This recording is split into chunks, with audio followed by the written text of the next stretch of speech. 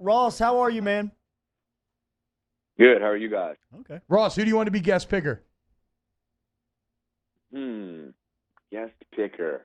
I saw somebody on Twitter this morning tweet out what's his name? The big actor. John John Goodman? Goodman. Yeah. That would be a good one. Be great. He's great, man. That would be a really good one. Yeah. I saw that Les Miles fired his offensive coordinator over the weekend. Has there ever been a more Les Miles move?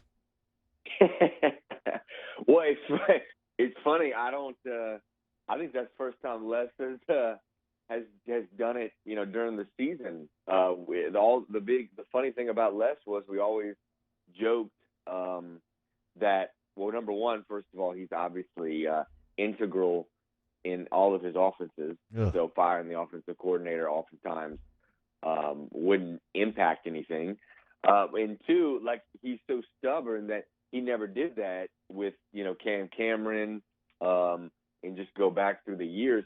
Certainly during the middle of the season, he never did it. So it was interesting. And then the guy he promoted is Brent Dearman. He was an analyst and actually spent some time at Gus Malzahn. And I talked to Les about him like probably a month ago after they beat Boston College.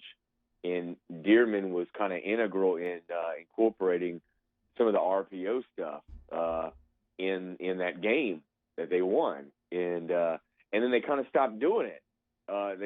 They stopped running a lot of it.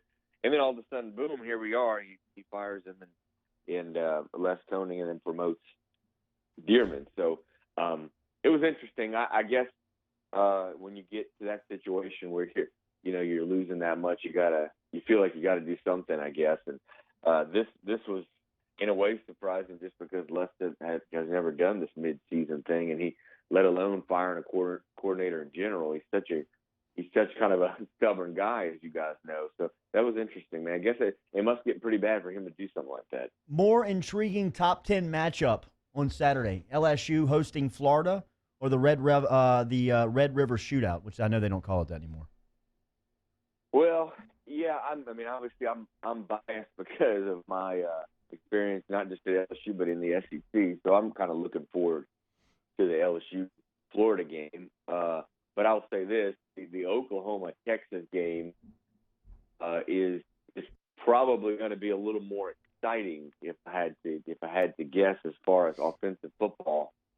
I just, those two teams, they're two of the best quarterbacks in the country, two of the best offenses in the country, two of the best offensive minds and at coach in the country. So that is one that is really going to be fun to watch, and could totally see it being 51 to 45 or something crazy like last year. I covered that game last year in Dallas, and it was a wild one. I would expect the same, but both obviously are huge games, and probably the loser's going to be out of the playoff chase, and the winner of each is going to remain in.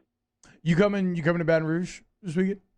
I am. Yep, I am, and so is lovely Liz, because Nice. This is quite a weekend. Everything kind of our lives converged on Saturday. I'm covering LSU-Florida. It's also the election. Saturday. It's Saturday, yeah. Yeah, reminder, get out early morning.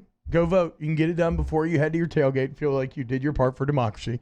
I'm talking to Ross Dellenger of Sports Illustrated, at Ross Dellenger. Ross, your big takeaway from Florida's impressive win over Auburn. What did you feel like you maybe learned from the Gators that you didn't know going in?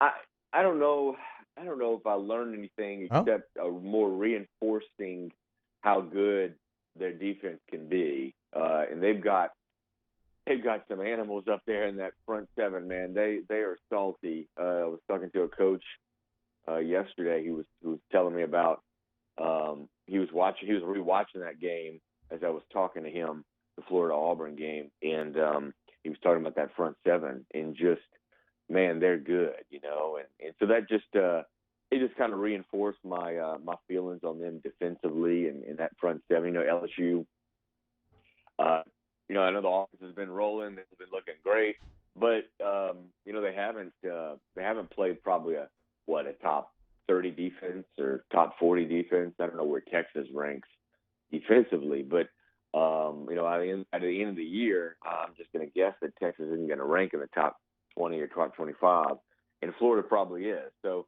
this is going to be for sure their best defense, probably by far. And that offense in Joe Burrow is going to get tested like it hasn't this year. Yeah, so the offense and Joe Burrow are going to be tested, but to me, Ross, it really is all about that LSU offensive line. I mean, like I think that's the biggest group that hasn't really been stressed too much. And in that Utah State game, you saw Utah State really prioritizing coverage, leaving Burrow to hold on to the ball more, created a little more pressure. What do you think? Can that LSU offensive line stand toe-to-toe with the Gators' D-line? Yeah, and they've had, again, not being down there anymore, I'm kind of away from it a little bit, but it feels like y'all can tell me more, but they've had somewhat of a rotation on the offensive line, which you don't see a ton. They've had some injuries and whatever, a new guy, Ingram coming back. And so it seems like it's been a little bit of a revolving door at some position. And this is going to be the huge test against the Gators front, and can they move them around, and can they also, pass block, which they obviously will be doing a good bit of, and they have been this year. So that's obviously that's probably the biggest matchup, of the day, is certainly LSU's offensive line's ability to block that front, because in Grantham, as y'all know, I mean he enjoys a blitz. He really enjoys a blitz. So I mean, I want to say a couple of years ago, I remember seeing an ESPN stats and info graphic on his blitzing at Mississippi State, and it was like the highest blitz rate in the nation. And he's still doing it. He'll send everybody. I remember watching that Kentucky game a few weeks ago, Kentucky-Florida game, and I mean, it felt like they were blitzing every single down. So that'll be the huge test, obviously. Something that's interesting to me, Ross, keep an eye on in that regard. It feels like the best way to stop Joe Burrow, especially after some of the pass rush that was created in the Utah State game, is probably to play coverage, just try to win with 4, because I think Burrow can make you pay if you blitz him. So I'm really intrigued to see how much Grantham does stay true to his kind of roots there. We're talking to Ross Dellenger at Sports Illustrated, at Ross Dellenger on Twitter. Ross, who's the best team you've seen through 6 weeks of the college football season? Like seen in person, or just overall. Overall. I hate to go with the cliche kind of answer, but Ohio State was probably the most impressive up until I watched this past weekend. Not to say they weren't impressive this weekend, but they only scored 34 points, this past weekend, and so that was low for them. But they're probably right up there. Just from an all around, perspective, defense, special teams, and offense, they've been on the game. Every single unit has it. It really seems that way, more so than any other team. LSU's not far behind. I mean, obviously defensively they've given up some points and stuff, and that's another thing. It's not like LSU's defensive coaches and defensive players changed overnight. Went from really good to really bad. This is a people need to understand. I was talking to a coach about this yesterday. This is a product partly of the offense, and that's what it just kind of happens. When you have an offense scoring 40, 50 points a game, the opponent is going to try to keep up, and you're going to see more passes. You're going to just see more plays. It just kind of happens. So it was good to see them obviously do what they did last weekend. I know I've gotten off on a tangent here, but I would say Ohio State is probably the best. But honestly, man, LSU isn't far behind at all in the way they've looked through the first few months of the season. Yeah, I mean, it should come into your point, Ross, the kind of relationship between offense and defense and how that affects the scores, right? It's no surprise that LSU's defense was most dominant on a day where LSU ran for 250 and played at a bit of a slower pace. It does make me wonder, what LSU is now prioritizing in terms of where they want their pace to be. If they want to go slower, though, once again, it's all going to be on that offensive line. So Jordy asked you about the best team. Is Derek Stingley the best player in the nation?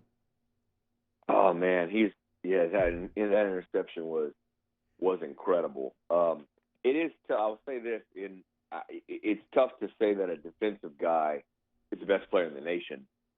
Just because, I don't watch every snap at cornerback, and you don't hear his name like you would hear obviously Joe Burrow's name. Yeah. And that's probably a good thing. If you heard his name, if you heard a cornerback's name a lot, it's probably not a good thing. He's probably getting burned, and that's the thing. That kid is not. It's just amazing to me for a freshman what he's doing. Yeah. I mean, just a complete lockdown. It's been incredible to watch, and I'm certainly impressed. All the hype, you heard all the hype for an entire, probably more than a year down there, and the fact that it's coming into fruition his first year is just incredible.